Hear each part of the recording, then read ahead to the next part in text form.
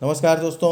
आज की डेट है 21 अगस्त और आज हम लोग द हिंदू के इम्पॉर्टेंट एडिटोरियल्स डिस्कस करेंगे। देखिए, आर्टिकल आज के जो है काफ़ी इम्पॉर्टेंट है। सबसे बड़ी बात, अभी 22 से 24 अगस्त तक ब्रिक्स की मीटिंग होने वाली है। 15वां ब्रिक्स सम्मेलन आयोजित होने वाला है और 2019 के बाद से ये पहला फर्स्ट इन पर्सन मीटिंग है। मींस अभी तक जो 2019 के बाद से 3 सबमिट हुए हैं, तो वो तीनों सबमिट जो है वो वर्चुअली वीडियो कॉन्फ्रेंसिंग के थ्रू ही कराए गए थे। जैसा कि कोविड 19 के जो कोविड 19 फैला हुआ था सारी दुनिया में, तो उस कोविड 19 को लेकर के वर्चुअली सबमिट ही ऑर्गेनाइज कराए जा रहे थे। तो ब्रिक्स के तीनों सबमिट इसके पहले वर्चुअली ऑर्गेनाइज कराए गए और 2019 के बाद ये पहला मौका है जब जो भी ब्रिक्स संगठन के सदस्य देश हैं उनके सारे नेता जो है, मींस उनके जो पॉलिटिकल लीडर्स हैं, वो आपस में मिलने वाले हैं। और ये दक्षिण अफ्रीका के जोहान्सबर्ग शहर में हो रहा है 15वां सम्मेलन। और ये ब्रिक्स समिट जो है बहुत सारी चीज़ों को लेकर के इम्पॉर्टेंट है, क्योंकि कोविड 19 के साथ साथ अगर वैश्विक परिदृश्य पर आप दृष्टि डालेंगे तो जैसे रशिया यूक्रेन वॉर चल रहा है, रशिया यूक्रेन वॉर के अलावा जो ग्लोबल सप्लाई चेन्स हैं ट्रेड रिलेशंस को लेकर के, उनको लेकर भी बहुत ही एक तरीके से शंका की दृष्टि पैदा हो चुकी है। देश अब एक दूसरे पर उतना विश्वास नहीं कर पा रहे हैं ग्लोबल ट्रेड के मामले में। दूसरा आप देखेंगे जो इंडो पैसिफिक रीजन है, इंडो पैसिफिक रीजन में जियोपॉलिटिकल टेंशन्स जो है वो समय के साथ लगातार बढ़ती ही चली जा रही हैं। तीसरा आप देखेंगे कि भारत जो है, भारत भी लगातार धीरे धीरे करके पश्चिमी देश हैं जैसे अमेरिका के साथ हमारी जो कॉम्प्रिहेंसिव स्ट्रेटजिक पार्टनरशिप है, तो व्यापक साझेदारी जो रणनीतिक साझेदारी है, तो व्यापक रणनीतिक साझेदारी भी जो है लगातार हमारी और गहरी होती जा रही है। और भारत अमेरिका के जॉइंट स्टेटमेंट में लगभग शायद ही कोई ऐसा फील्ड बचा होगा जिस क्षेत्र में उन्होंने किसी न किसी तरीके के समझौते को मीन्स अंजाम देने की कोशिश ना की हो या निर्णायक स्थिति में ना पहुंचा हो। टेक्नोलॉजी ट्रांसफ़र्स की बात हो या मैन्युफैक्चरिंग यूनिट्स की बात हो या रिसर्च बेस्ड इनिशिएटिव्स की बात हो या फिर जो है क्रिटिकल मिनरल्स की सप्लाई को लेकर के बात हो या फिर जो है ग्लोबल कम्युनिटी को स्ट्रेंथन करने को लेकर उठाए जाने वाले स्टेप्स की बात हो या इंडो पैसिफिक रीजन की प्रॉब्लम्स को एड्रेस करने की बात हो या फिर जो ग्लोबल साउथ है, ग्लोबल साउथ के देशों को मींस वैश्विक मंच पर आगे लाने की बात हो, तो इस तरीके के सारे इश्यूज़ को एड्रेस करने का प्रयास किया गया था भारत अमेरिका संबंधों में, जो भारतीय प्रधानमंत्री की अभी पिछली विजिट रही है यूएसए में। साथ ही साथ आप देख रहे होंगे कि लगातार जैसे अभी कुछ एक दो दिन पहले हम लोगों ने देखा कि जापान के साथ भी जो है टेक डिप्लोमेसी इनिशिएटिव हम लोगों ने एक लिया, तो उसमें भी सेमीकंडक्टर इंडस्ट्री को प्रमोट करने के लिए भारत और जापान ने साझेदारी की। इसके अलावा अमेरिका की 2 कंपनियां भी जो है भारत में इन्वेस्ट करने वाली हैं। अभी फ्रांस में भी जो फ्रांस की यात्रा की भारतीय प्रधानमंत्री ने, तो उस फ्रांस की यात्रा से भी इस तरीके के बहुत सारे कंक्लूजन्स निकल के आते हैं। तो कुल मिलाकर के आप देखेंगे कि जो पश्चिम के देश हैं, पश्चिम के देशों के साथ भारत के संबंधों में जो साझेदारी का स्तर है वो धीरे धीरे करके एक तरह से रणनीतिक होता जा रहा है। यहाँ रणनीतिक होता जा रहा है कहने का मतलब ये है कि पहले देखिए औपचारिक बातचीत शुरू होती है, औपचारिक बातचीत शुरू होने के बाद में फिर कुछ क्षेत्र विशेष में जो है देश आपस में जो है म्यूचुअल कोऑपरेशन की बात करते हैं और म्यूचुअल कोऑपरेशन के बाद में जब उन्हें लगता है कि वैचारिक रूप से तालमेल हमारा अच्छा है या फिर हम जो है पारस्परिक संबंधों को, पारस्परिक सहयोग को अच्छे से आगे ले जा पा रहे हैं, तो फिर एक साथ जो भी दुनिया से रिलेटेड यानी विश्व के विकास संबंधी जो भी बहुआयामी क्षेत्र होते हैं या जो क्रिटिकल एरियाज़ होते हैं, जैसे वर्तमान समय में आप देखेंगे कि क्लाइमेट चेंज के को एड्रेस करना जो है दुनिया के लिए एक बड़ी चुनौती बना हुआ है। एनर्जी ट्रांजिशन से रिलेटेड जो मैटर हैं, तो एनर्जी ट्रांजिशन अपने आप में एक बड़ी चुनौती बना हुआ है, या फिर डिफेंस के सेक्टर से रिलेटेड, या फिर जो है क्रिटिकल मिनरल सप्लाई को लेकर के, या फिर जो है न्यूक्लियर मटेरियल्स जो हैं उनकी इंपोर्ट एक्सपोर्ट से लेकर के कोई गतिविधियाँ हो। तो इस तरीके की जो भी क्रिटिकल स्ट्रेटेजिक फील्ड्स होते हैं, तो उन क्रिटिकल स्ट्रेटेजिक फील्ड्स को लेकर भी साझेदारी करते हैं देश आपस में। तो ऐसे इस सिनेरियो में आप देखेंगे कि भारत के संबंध पश्चिमी देशों के साथ पहले से काफ़ी ज़्यादा बेहतर हैं। जैसे यूरोपियन यूनियन के साथ भी भारत जो है मुक्त व्यापार समझौते पर लगातार बातचीत चलती रहती है।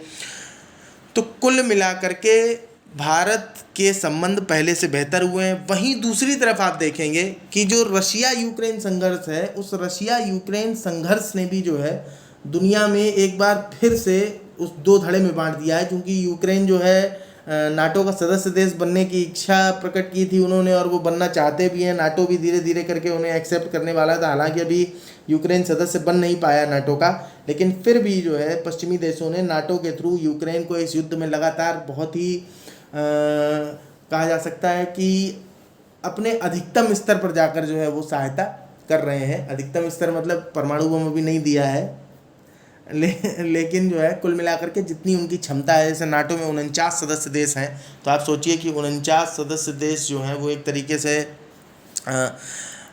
सपोर्ट कर रहे हैं यूक्रेन को वॉर में। और इसीलिए जो युद्ध जो है आप देख रहे होंगे कि लगभग 18 से 19 माह होने वाले हैं, मीन्स 1.5 साल से ऊपर हो गया युद्ध चलते चलते। तो रशिया को भी लेकिन ऐसा नहीं कोई सपोर्ट नहीं कर रहा है, तो रशिया को चाइना जो है उसका सपोर्ट है, या फिर मान लीजिए नॉर्थ कोरिया है उसका भी सपोर्ट है। अब नॉर्थ कोरिया का सपोर्ट इतना इम्पोर्टेंसन नहीं रखता है उसके साइज़ के अकॉर्डिंग, लेकिन उसकी जो विल पावर है, विल पावर मतलब मीन्स पॉजिटिव वर्ड है, लेकिन फिर भी नॉर्थ कोरिया का भी अपना एक बड़ा रोल है। और इसके अलावा जो है रसिया के ईस्टर्न यूरोप में भी कई एलाई कंट्रीज़ हैं, जैसे बेलारूस है। तो ये सारे देशों का भी आपस में तालमेल और पहले से बेहतर हुआ है। इसके अलावा जो पश्चिमी देश हैं उन्होंने रशिया के ऊपर जो प्रतिबंध लगा दिए, उन प्रतिबंधों की वजह से भी मीन जैसे न्यूटन का थर्ड लॉ होता है ना कि हर क्रिया की बराबर तथा विपरीत प्रतिक्रिया होती है, तो एक बार फिर से जो है वैसा माहौल दुनिया में दिखाई दे रहा है। मीन्स मेरा व्यक्तिगत तो यहाँ तक भी मानना है कि प्रथम विश्व युद्ध के पहले जिस प्रकार की संधियाँ हुई थी कि अगर किसी ने हमारे ऊपर आक्रमण किया तो मीन्स हमारे दोस्त के ऊपर आक्रमण किया तो इसे हम अपने ऊपर आक्रमण समझेंगे, तो यहाँ से शुरुआत हुई संधियाँ होने की, और बाद में वही आपसी विवाद दो देशों के कन्वर्ट हो गए विश्व युद्ध के रूप में। तो हालांकि नाटो तो ऑलरेडी एक ऐसा संगठन है कि वो आपस में जो है कलेक्टिव रेजिस्टेंस क्रिएट करते हैं, कि उनमें से अगर किसी एक पर किसी ने अटैक कर दिया तो वो ये मानते हैं कि हमारे सारे लोगों के मीन्स हम सब लोगों के ऊपर अटैक है, और सब लोग मिलकर लड़ने लगते हैं। और रशिया को लेकर भी जिस तरीके का सपोर्ट मिल रहा है, इससे चाइना भी जो है उसकी स्थिति विश्व में आप देख ही रहे होंगे, चाहे अर्थव्यवस्था को लेकर के हो, चाहे व्यापार को लेकर के हो, तो और चाहे जो है फॉरेक्स रिजर्व को लेकर को, तो मजबूत देश है चाइना भी। और ऐसे में चाइना का सहयोग रशिया को पूरी तरीके से मिलना, तो रशिया भी उतना कमज़ोर देश नहीं है फ़िलहाल। कुल मिलाकर के ब्रिक्स समिट ये इतनी बातें इसलिए की हैं क्योंकि ब्रिक्स की जो मीटिंग है इस समय, तो इस ब्रिक्स की मीटिंग काफ़ी भारत के संदर्भ में यानी भारत के पक्ष से अगर देखा जाए तो भारत इस समय एक तरह से काफ़ी दुविधा की स्थिति में आकर के खड़ा हुआ है। आप देखेंगे कि पश्चिमी देशों के साथ संबंध सुधर रहे हैं, रशिया भी हमारा काफ़ी लंबे समय से दोस्त रहा है। जैसे कि अभी रशिया यूक्रेन वॉर के दौरान भी आप देखेंगे पिछले 1 साल में भारत ने रशिया से इतना तेल आयात किया है कि रशिया भारत के जो भी तेल मीन्स जहाँ से भी ऑयल इंपोर्ट करता है इंडिया, तो उसमें नंबर 1 पे आ गया। मीन्स रशिया जो है वो बिगेस्ट सप्लायर हो गया ऑयल का, biggest oil supplier of India हो गया। पिछले 1 साल में इतना तेल खरीदा है। तो रशिया के साथ भी हमारे संबंध काफ़ी अच्छे रहे हैं, लेकिन वहीं दूसरी तरफ आप देखें तो चाइना के साथ लाइन ऑफ एक्चुअल कंट्रोल के ऊपर टेंशन्स का माहौल बना रहता है, और चाइना का पाकिस्तान को सपोर्ट करना, इसके अलावा चाइना पाकिस्तान इकोनॉमिक कॉरिडोर जो कि पीओके से होकर के गुजर रहा है, भारत को इसको लेकर के आपत्ति है। और बेल्ट एंड रोड इनिशिएटिव का हिस्सा है वो, तो belt and road initiative project को लेकर ही भारत को लगभग जो है आपत्ति भारत जताता ही रहता है कहीं ना कहीं। और इस तरीके से भारत के आस पड़ोस के मीन्स जो पड़ोसी देश हैं, उन पड़ोसी देशों में भी चाइना कहीं ना कहीं अपना प्रभुत्व बनाए रखने की लगातार कोशिश करता है, और जो देश हैं उनको डेप्ट स्ट्रक्चर में मीन्स कुल मिला के कह सकते हैं कि ऋण जाल में फंसाने की कोशिश करता रहता है। तो ये सारी चीज़ें भारत के लिए चुनौती बनी हुई हैं। और ऐसे में ही अभी जो ब्रिक्स का समिट होने जा रहा है, तो इस ब्रिक्स के समिट में ब्रिक्स का एक्सपेंशन भी करना चाहता है चाइना। और चाइना क्या करना चाहता है, देखिए संगठन तो कोई भी हो, संगठन का एक्सपेंशन तो होता ही है, तो ऐसे ही ब्रिक्स का एक्सपेंशन भी इस बार के ब्रिक्स समिट में एक इम्पॉर्टेंट मुद्दा है। और ब्रिक्स का एक्सपेंशन लेकिन भारत के लिए काफ़ी चिंता का विषय है, क्योंकि जब ब्रिक्स का एक्सपेंशन होगा तो चाइना की जो अपनी पॉलिसीज़ हैं, इकोनॉमिक पॉलिसीज़ हैं, यानी चाइना चाहता है कि ब्रिक्स के जो देश हैं, ब्रिक्स के देशों को एक इकोनॉमी रोड मैप जो है प्रोवाइड करे, या फिर जो उसका बेल्ट एंड रोड इनिशिएटिव है उसमें ज़्यादा से ज़्यादा देश जो है वो पार्टिसिपेट करें, ताकि इकोनॉमिकली वर्ल्ड जो है वो और ज़्यादा स्ट्रेंथन हो पाए।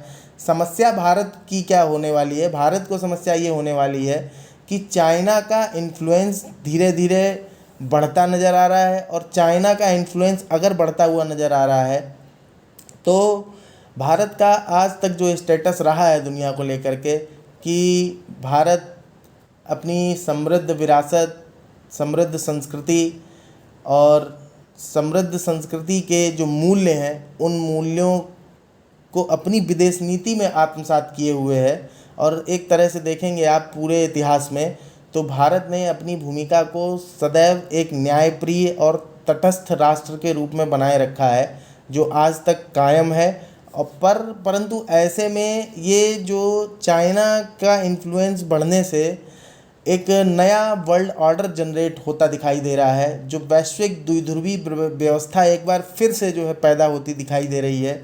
इस द्विध्रुवीय व्यवस्था में किसी एक को चुनने की चुनौती भारत के सामने आकर के खड़ी हो गई है। अब चूंकि भारत का स्वभाव हमेशा से तटस्थ रहने का रहा है, तो भारत के लिए अपने आप में ये एक बड़ी चुनौती है। साथ ही साथ जो ग्लोबल साउथ के कंट्रीज़ हैं, तो उन ग्लोबल साउथ के कंट्रीज़ की आवाज़ को लगातार भारत उठाता रहा है। तो ग्लोबल साउथ के कंट्रीज़ के साथ बने रह करके और दोनों ही पक्षों के साथ संतुलन में संबंधों को स्थापित करने की एक बहुत भारी चुनौती जो है भारत के सामने खड़ी हुई है। तो ब्रिक्स का ये समिट जो है वो काफ़ी चैलेंजेस से भरा हुआ है भारत के लिए, क्योंकि भारत दोनों में से किसी एक गुट का चुनाव करके तो विदेश नीति के अनुसार कभी जाएगा नहीं, और जाना भी नहीं चाहिए। क्योंकि वैश्विक इतिहास ये बताता है कि एटलीस्ट कम से कम पश्चिम देशों की जो राजनीति है, तो पश्चिम देशों की राजनीति कभी भी पूरी तरह से तटस्थ नहीं रही है।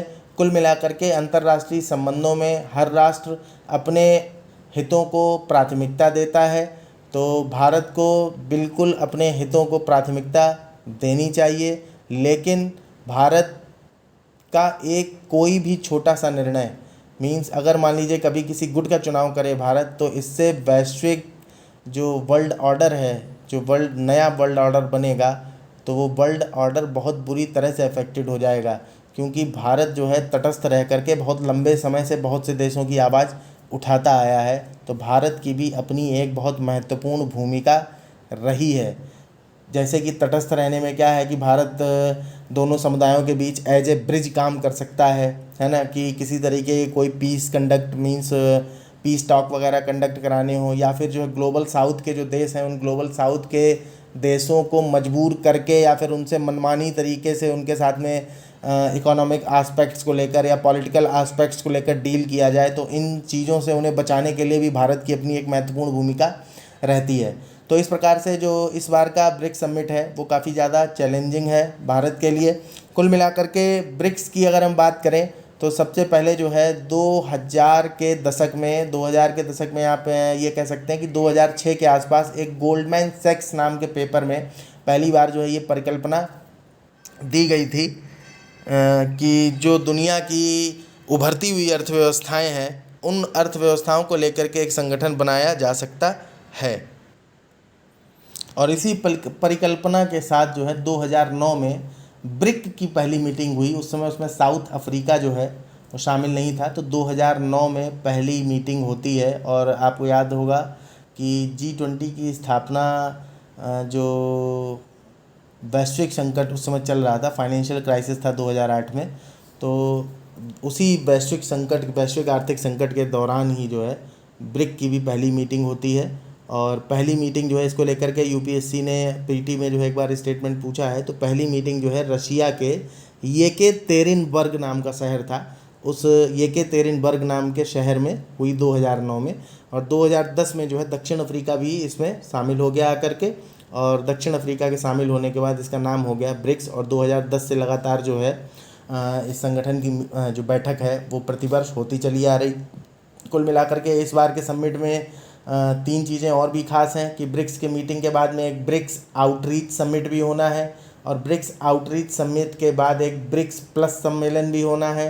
और साथ ही साथ में जो ब्रिक्स बिजनेस फोरम है, उस ब्रिक्स बिजनेस फोरम के 10 साल पूरे होने जा रहे हैं, तो उसकी 10वीं वर्षगांठ भी जो है मनाई जाएगी 23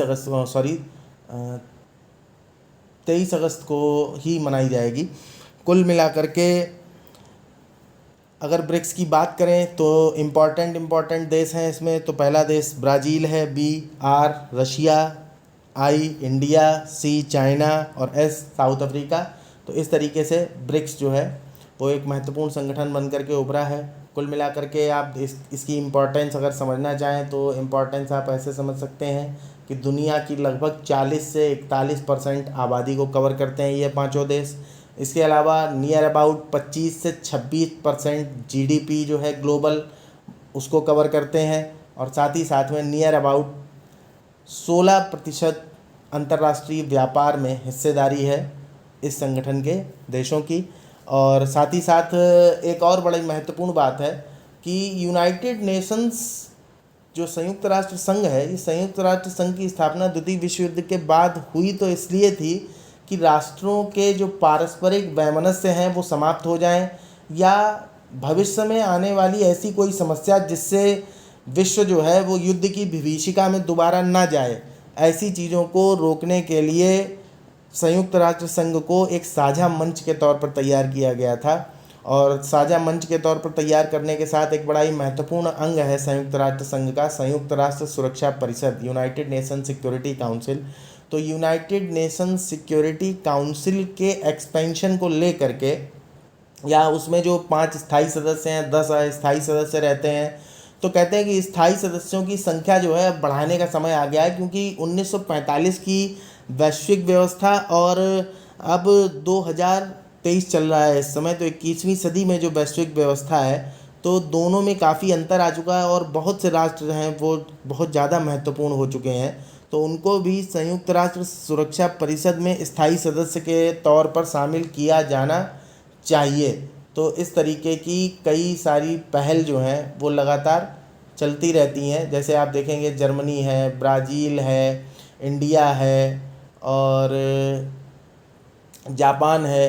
तो इन 4 देशों को लेकर के जो है काफ़ी कहा जाता है कि इनको जो है संयुक्त राष्ट्र सुरक्षा परिषद में स्थायी सदस्य के तौर पर शामिल किया जाना चाहिए। और इसके अलावा दुनिया के और भी देश जो हैं वो भी कई तरीके के सुधार चाहते हैं संयुक्त राष्ट्र संघ में, लेकिन संयुक्त राष्ट्र संघ में उस तरीके के सुधार कहीं होते नज़र नहीं आ रहे हैं, क्योंकि कभी कभी ऐसा लगता है कि संयुक्त राष्ट्र संघ जो है वो पश्चिमी देशों के प्रभुत्व में आया हुआ है। तो ऐसी स्थिति में ब्रिक्स जो है वो और ज़्यादा महत्वपूर्ण हो जाता है, क्योंकि संयुक्त राष्ट्र संघ जब दुनिया के देशों की उम्मीद पूरी नहीं कर पाता है तो वो ब्रिक्स की तरफ निगाह उठा करके देखते हैं और ब्रिक्स में शामिल होना चाहते हैं। इस बात को आप ऐसे समझ सकते हैं कि दुनिया के 40 देश वर्तमान समय में, ये आज की पोजीशन है कि 40 देश जो है वो ब्रिक्स में शामिल होना चाहते हैं। 19 देशों ने औपचारिक तौर पर जो है अपना फॉर्मल एप्लीकेशन दे रखा है ब्रिक्स में शामिल होने के लिए, और इस बार के ब्रिक्स एक्सपेंशन में 4 देशों की सदस्यता को लेकर के शायद इस बार फाइनल भी कर दिया जाएगा। जैसे अर्जेंटीना है, ईरान है, सऊदी अरब है और एक देश कोई और भी है, अभी देखेंगे हम लोग। आर्टिकल में भी राइटर ने भी जो है इसके बारे में बातचीत की है। तो कुल मिलाकर के 2019 के बाद ये पहला समिट है, और 2022 में भी चाइना में जो है कोविड-19 के कुछ कुछ क्षेत्र जो है प्रभावित रहा होगा, तो इसलिए इसे वर्चुअली हेल्ड कराया गया था। और ये फर्स्ट इन पर्सन मीटिंग है। उपस्थित कौन कौन रहेगा, तो देखिए बाकी तो चारों देश, जैसे दक्षिण अफ्रीका के जोहान्सबर्ग में आयोजित हो रहा है, तो दक्षिण अफ्रीकी राष्ट्रपति सिरिल रामाफोसा उसमें रहेंगे ही रहेंगे। भारतीय प्रधानमंत्री जो है वो वहाँ पर रहेंगे ही रहेंगे, और साथ ही साथ में चाइना के शी जिनपिंग तो ये वहाँ रहेंगे ही रहेंगे, और भारतीय प्रधानमंत्री तो वहाँ रहेंगे ही कुल मिलाकर के। और ये ब्राज़ील के राष्ट्रपति जो इस समय लूला डी सिल्वा कुछ इस तरीके से उनका नाम है, तो ये भी वहाँ उपस्थित रहेंगे। उपस्थित नहीं रहेंगे व्लादिमीर पुतिन जो है, उनके उपस्थित ना रहने का कारण ये बताया जा रहा है कि इंटरनेशनल क्रिमिनल कोर्ट ने उनके अगेंस्ट वारंट जारी किया हुआ है।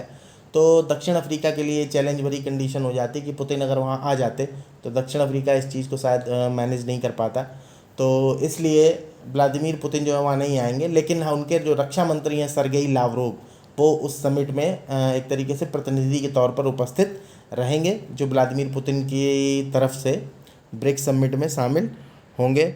और तो ब्रिक्स जो है इस तरीके से आप देखेंगे कि जो रशिया यूक्रेन वॉर चल रहा है, तो राइटर लिखते हैं कि रशिया यूक्रेन वॉर की वजह से जो ग्लोबल स्टेबिलिटी है वो मीन्स वर्ल्ड की स्टेबिलिटी डीस्टेबलाइज हो गई है, और फूड हो, फर्टिलाइज़र हो, फ्यूल सिक्योरिटी हो, ये सारी चीज़ें जो है वो ख़तरे में आ गई हैं।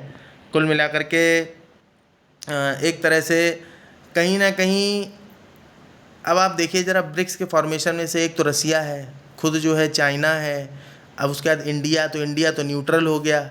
साउथ अफ्रीका जो है वो भी एक तरीके से आप कहें तो न्यूट्रल कंडीशन में ही है, वो किसी पक्ष में नहीं है। और तो रसिया और चाइना दो देशों का इसमें होना एक तरीके से कहीं ना कहीं ये दिखाता है कि ये एंटी वेस्टर्न ऑर्गेनाइजेशन बनती जा रही है। और कुल मिलाकर के ये आप समझिए कि रसिया और चाइना जहाँ जहाँ जिन भी संगठनों में हैं, तो अब अगर विश्व व्यवस्था जो है दो ध्रुवों में बांटी मानी जाए, तो जहाँ जहाँ रशिया और चाइना का प्रभुत्व है, वो संगठन जो है वो एंटी वेस्टर्न ब्लॉक जैसे हो गए हैं। तो एंटी वेस्टर्न ब्लॉक जैसे अगर हो गए हैं, ऐसे संगठन कौन कौन से, ऐसे आप देखेंगे संघाई कोऑपरेशन ऑर्गेनाइजेशन है, एससीओ, ब्रिक्स हो गया, तो ये संगठन एंटी वेस्टर्न हो गया। भारत इनमें भी सदस्य है। इसके अलावा जैसे G20 है, तो G20 है, G7 में भारत सदस्य नहीं है, और क्वाड है, तो क्वाड में भारत सदस्य है। तो भारत के लिए ये अपने आप में एक काफ़ी चुनौती भरी चीज़ है कि दोनों तरफ के संगठनों में किस तरीके से बैलेंस बनाया जाए। उसके बाद आगे राइटर लिखते हैं कि भारत के लिए कुछ मौके भी होंगे यहाँ पर। तो मौके क्या होंगे, जैसे सी जिनपिंग के साथ जो है मुलाकात हो सकती है। ये समिट एक तरीके से जो लाइन ऑफ एक्चुअल कंट्रोल पे जो टेंशन्स थी इंडिया चाइना मिलिट्री की, तो इंडिया चाइना मिलिट्री की टेंशन्स के बाद भी एक तरीके से ये फर्स्ट इन पर्सन मीटिंग हो रही है, तो इसलिए भी इम्पॉर्टेंस है कि सी जिनपिंग के साथ वहाँ पर कुछ बातचीत हो सकती है। और इसके पहले अभी जो है 19th कमांडर लेवल की बातचीत भी भारत और चाइना की मिलिट्री के बीच में हो चुकी है, हालांकि उसमें जो है कोई ऐसा फाइनल कंक्लूजन निकल करके नहीं आया। तो एक तो भारत के पास जो है ये भी मौका है। और इसी के साथ में आगे देखिए ऑथर ये कहते हैं कि भारत जो है G20 को होस्ट करने वाला है। सब मीन्स G20 को तो होस्ट कर ही रहा है, लेकिन फाइनल मीटिंग जो है 9-10 सितंबर 2023 को होनी है नई दिल्ली में। तो जो जॉइंट डिक्लेरेशन आने वाली है, तो उस जॉइंट डिक्लेरेशन में जो कुछ भी भारत निर्णय लेकर के आएगा, या जो भी विषयों पर जो भी सर्वसम्मति बनेगी अंततोगत्वा, तो उस सर्वसम्मति तब माना जाएगा जब मान लीजिए कि G20 के सभी देश जो है उसको एक्सेप्ट करें। तो चाइना भी जो है उन देशों में है। दूसरा ये कि उस G20 के समिट में जो उपस्थिति है वो कम से कम सारे देशों की उपस्थिति रहे। तो इस लिहाज से भी ब्रिक्स का समिट जो है महत्वपूर्ण है। जैसे चाइना के सी जिनपिंग वहाँ मौजूद रहेंगे, तो भारत के लिए एक मौके के तौर पर है कि भारत जो है अपनी G20 के सदस्य देशों की उपस्थिति को 100% बना सके। और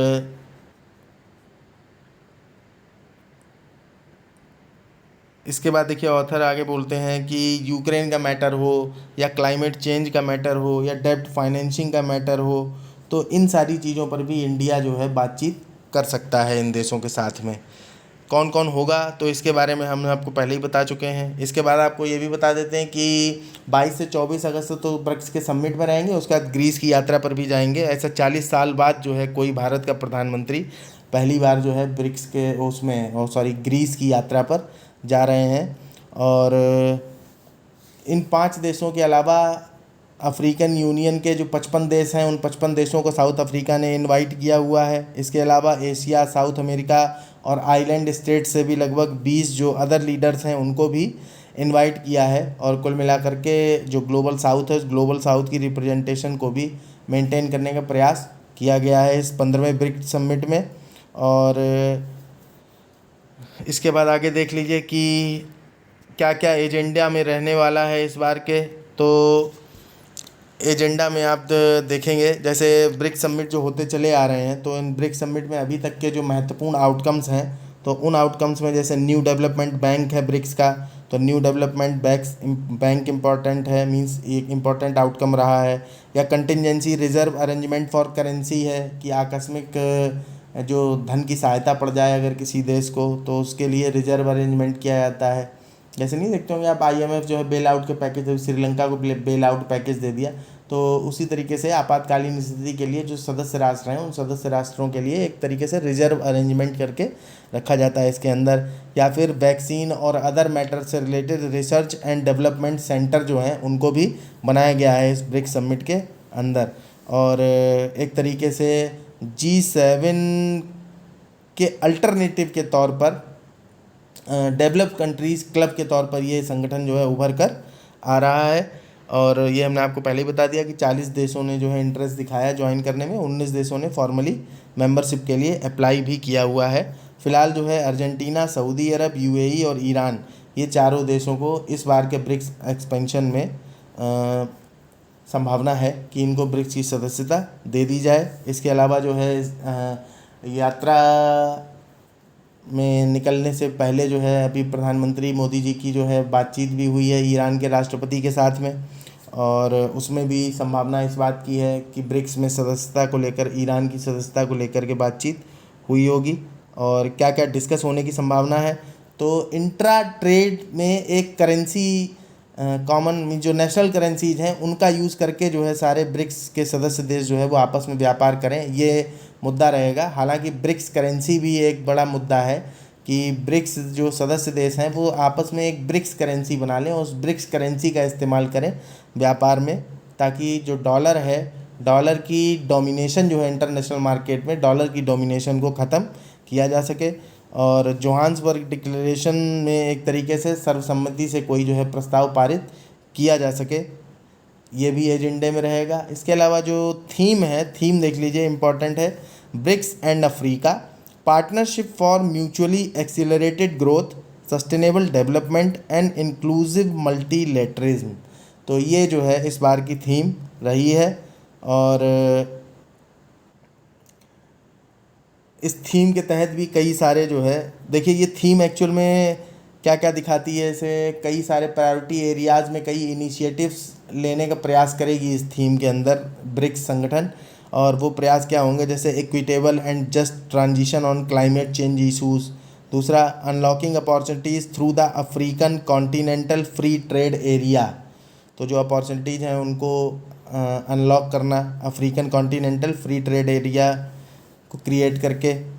या फिर strengthening the meaningful participation of women in peace process, जो शांति प्रक्रियाएं चलती हैं उनमें महिलाओं की भागीदारी कैसे बढ़ाई जाए।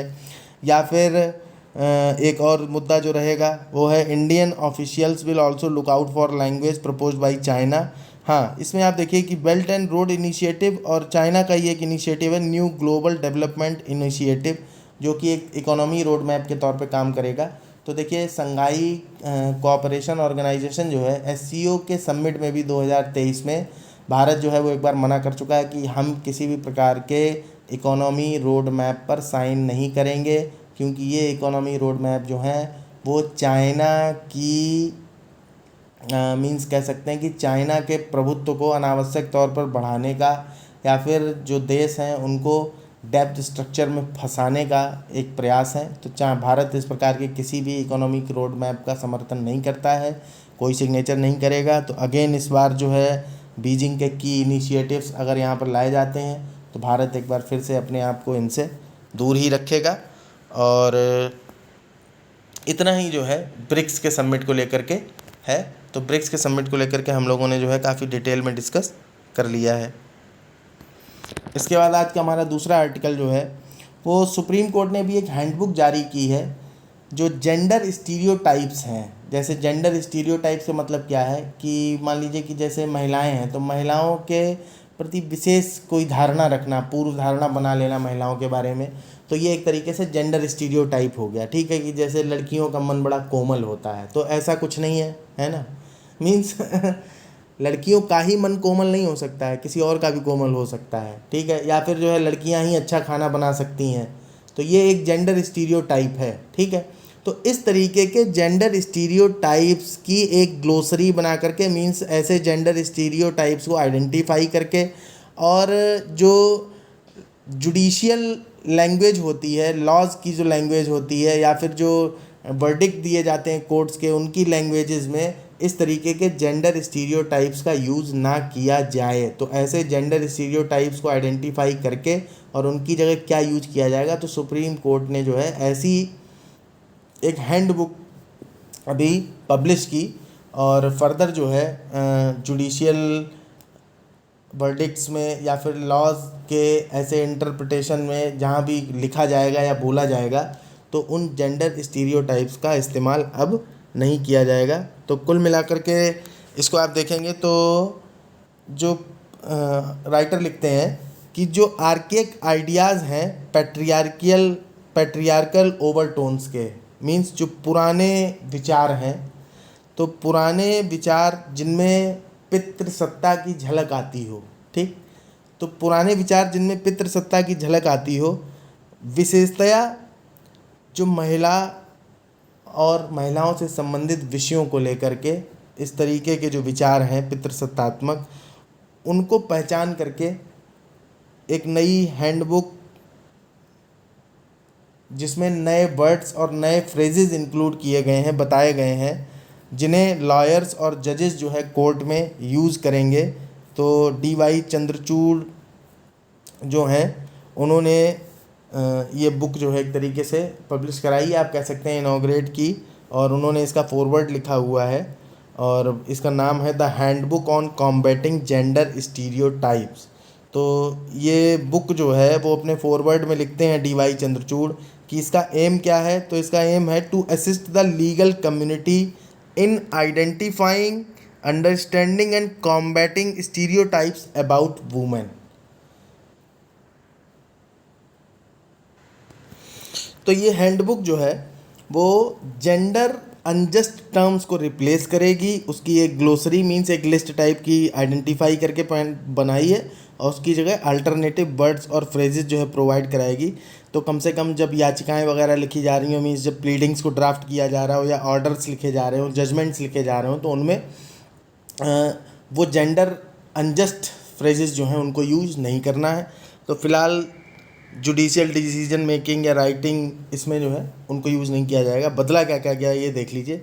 वैसे अभी तक जो वर्ड यूज़ किया जाता था एडल्ट्रेस, तो एडल्ट्रेस की जगह अब यूज़ करेंगे women who has engaged in sexual relations outside of marriage, या फिर जैसे वाइफ या वुमेन के आगे ये कास्ट या ओबीडियंट वर्ड जो लगाते थे, तो उसकी जगह अब इनको प्लेन केवल वुमेन या वाइफ ही लिखा जाएगा, ये कास्ट या ओबीडियंट नहीं लगाया जाएगा। या फिर कोई महिला जो है वो अफेक्टेड बाई सेक्सुअल वायलेंस है, तो उसके लिए सर्वाइवर या विक्टिम वर्ड यूज़ किया जाएगा। दूसरा, सेक्सुअल रिलेशंस को किसी भी तरह से वस्त्रों के साथ में अटैच नहीं किया जाना है कि उसने इस तरह के कपड़े पहन रखे थे कि सामने वाले का दिमाग जो है बहक गया, या फिर जो है हमने उसे ऐसे कपड़े देखे तो कपड़े देख करके जो है आपने किसी तरीके की टिप्पणी कर दी। तो कपड़ों से किसी भी तरीके से सेक्सुअल रिलेशंस को अटैच करने की कोशिश नहीं की जा सकती है। तीसरा, एक चीज़ हैंडबुक में ये चीज़ है कि इस तरीके के जो केसेस होंगे रेप एंड असॉल्ट के, तो रेप एंड असॉल्ट के केसेस को कैसे टेकल किया जाए, तो उसके लिए क्या किया जाना चाहिए और क्या नहीं किया जाना चाहिए, इसके बारे में भी बताया गया है। दूसरा, अगर किसी महिला ने मान लीजिए कि देर से शिकायत की अपने ऐसे किसी मामले में, सेक्सुअल वायलेंस के मामले में या फिर जो है सेक्सुअल एक्सप्लॉइटेशन के मामले में, तो इसको जो है गलत नहीं माना जाएगा। मीन्स सुप्रीम कोर्ट का कहना है कि सोसाइटी में इतना ज़्यादा स्टिग्मा अटैच है कि कोई महिला अपने साथ हुए इस विषय पर अन्याय के बारे में सामान्य तौर पर चर्चा नहीं कर सकती, या उसको जो है इस मामले को ऐसे उजागर नहीं कर पाती है, क्योंकि इसके लिए बहुत ही अदम्य साहस की ज़रूरत होती है। तो हो सकता है कभी कभी शिकायत करने में देरी हो, तो ऐसे में उसके द्वारा की गई शिकायत को या उसके द्वारा जो है रेप और सेक्सुअल असॉल्ट की कंडीशन में जो बयान दिया जाएगा उसे सही माना जाएगा। बर्डन ऑफ प्रूफ जो है मीन्स अपने आप को निर्दोष साबित करने की जिम्मेदारी उस व्यक्ति की होगी जिस व्यक्ति के ऊपर जो है आरोप लगाया गया है। स्टीरियोटाइप्स का नुकसान क्या होता है, तो स्टीरियोटाइप्स के नुकसान की अगर आप बात करें तो ये lead to exclusion and discrimination at the work place, educational institutions and in public places. Means समाज की मुख्य धारा से एक तरीके से एक तो अलग करते हैं, दूसरा वर्क प्लेस हो, एजुकेशनल इंस्टीट्यूशंस हो या फिर पब्लिक प्लेसेस हो, तो वहाँ पर जो है एक तरीके से डिस्क्रिमिनेशन हो जाता है उनके साथ में। इसके अलावा कहते हैं कि ये जो स्टीरियोटाइप्स होते हैं, ये स्टीरियोटाइप्स कहीं ना कहीं एक तरीके का मेंटल प्रेशर भी क्रिएट करते हैं, और मेंटल प्रेशर क्रिएट करने के बाद फिर क्या है कि अगर कोई वर्क प्लेस पे काम कर रहा है तो उसकी काम करने की एफिशिएंसी प्रभावित, दुष्प्रभावित हो सकती, कुप्रभावित हो सकती है। एजुकेशनल इंस्टीट्यूशन में है तो उसके एग्ज़ाम जो है प्रभावित हो सकते हैं, वहाँ पर उसका काम प्रभावित हो सकता है। पब्लिक प्लेसेस में है तो वहाँ पर भी जो है उसे नुकसान हो सकते हैं। मीन्स कुल मिलाकर के एडवर्स इम्पैक्ट जो है उसके ऊपर पड़ेंगे। अभी हालांकि जैसा पार्लियामेंट में यानी संसद में जो minister of state for education है, उन्होंने एक डाटा बताया संसद को कि रिजर्व्ड कैटेगरी के 25,000 स्टूडेंट्स जो कि एससी, एसटी और ओबीसी और अदर माइनॉरिटी ग्रुप्स से बिलोंग करते थे, उन्होंने सेंट्रल यूनिवर्सिटीज़ और आईआईटीज़ को पिछले 5 सालों में छोड़ दिया है। और रीज़न क्या क्या थे? तो रीज़न थे जैसे किसी ने कोई रॉन्ग चॉइस फिल कर दी हो फॉर्म में, या फिर किसी की परफॉर्मेंस ख़राब हो गई थी। इसके अलावा पर्सनल और मेडिकल रीजंस भी थे। तो इन सारे रीजंस की वजह से 25,000 लोगों ने सेंट्रल यूनिवर्सिटीज़ और इंडियन इंस्टीट्यूट ऑफ टेक्नोलॉजी को बीच में छोड़ दिया, जो कि एससी, एसटी, ओबीसी और माइनॉरिटी ग्रुप से बिलोंग करते थे। इसके अलावा सुप्रीम कोर्ट ने ये भी बोला है इसमें जो हैंडबुक है उसके ज़रिए कि महिलाओं के साथ में अच्छे या बुरे, मींस हार्श कमेंट हो या मींस एक तरीके से हार्श कंसीडरेशंस, जैसे कि ये दे रखा है उन्होंने, वीमेन आर इरेशनल, या फिर जो पोलाइट एक तरीके के नरेटिव्स हैं जैसे वीमेन आर नर्चरिंग। तो ये जो नरेशंस जोड़ दिए जाते हैं उनके साथ में, जो स्टीरियोटाइप जोड़ दिए जाते हैं, तो ये भी कहीं ना कहीं वो अच्छे वे में हो या बुरे वे में हो, लेकिन उनकी कैपेसिटी को कहीं ना कहीं कुप्रभावित करने का काम करते हैं या फिर उनके रोल को सीमित करने का प्रयास करते हैं। जैसे कि वुमेन जो है वो केयर गिवर्स होती हैं, जब ये कहा जाता है तो ये जो है ट्रेडिशनल व्यू है, और इस ट्रेडिशनल व्यू में महिला के ऊपर परिवार का ध्यान रखने की जिम्मेदारी ज़्यादा आरोपित हो जाती है, जबकि जेंडर का केयर गिविंग से कुछ ऐसा लेना देना नहीं है, या फिर ऐसा नहीं है कि कोई पुरुष जो है वो परिवार का ध्यान या केयर गिवर की भूमिका नहीं निभा सकता है। इसके अलावा अपने डिसीजंस में अगर बात करें कि सुप्रीम कोर्ट ने अभी तक ऐसे कई कोई स्टीरियोटाइप्स तोड़े हैं, तो ऐसे 3 केस सामने आते हैं। पहला case Joseph Shine versus union of India, जिसमें सेक्शन 497 के अंदर जो एडल्ट्री का क्राइम था उसको डीक्रिमिनलाइज किया गया और स्ट्रक डाउन किया गया है। और एडल्ट्री को सुप्रीम कोर्ट ने बोला था ये कुछ नहीं है, एक तरीके से जो है कोडिफाइड रूल ऑफ पैट्रियार्की है। दूसरा जो डिसीजन है वो है state of Jharkhand versus Shailendra Kumar Rai. तो इसके अंतर्गत जो कोर्ट है उसने 2 फिंगर टेस्ट को, जैसे रेप और सेक्सुअल असॉल्ट के विक्टिम के साथ में 2 फिंगर टेस्ट किया जाता था कि रेप हुआ है, असॉल्ट हुआ है कि नहीं हुआ है, तो इस 2 फिंगर टेस्ट को जो है बैन कर दिया गया था। इसके अलावा गुरमीत सिंह और स्टेट ऑफ पंजाब का जो केस था, इसमें कोर्ट ने ये बोला कि जो रेप सर्वाइवर या विक्टिम है तो उसके बयान को, उसकी टेस्टिमनी को इनहेरेंटली क्रेडिबल माना जाएगा, मीन्स स्वाभाविक तौर पर विश्वसनीय ही माना जाएगा, उसको गलत नहीं माना जाएगा।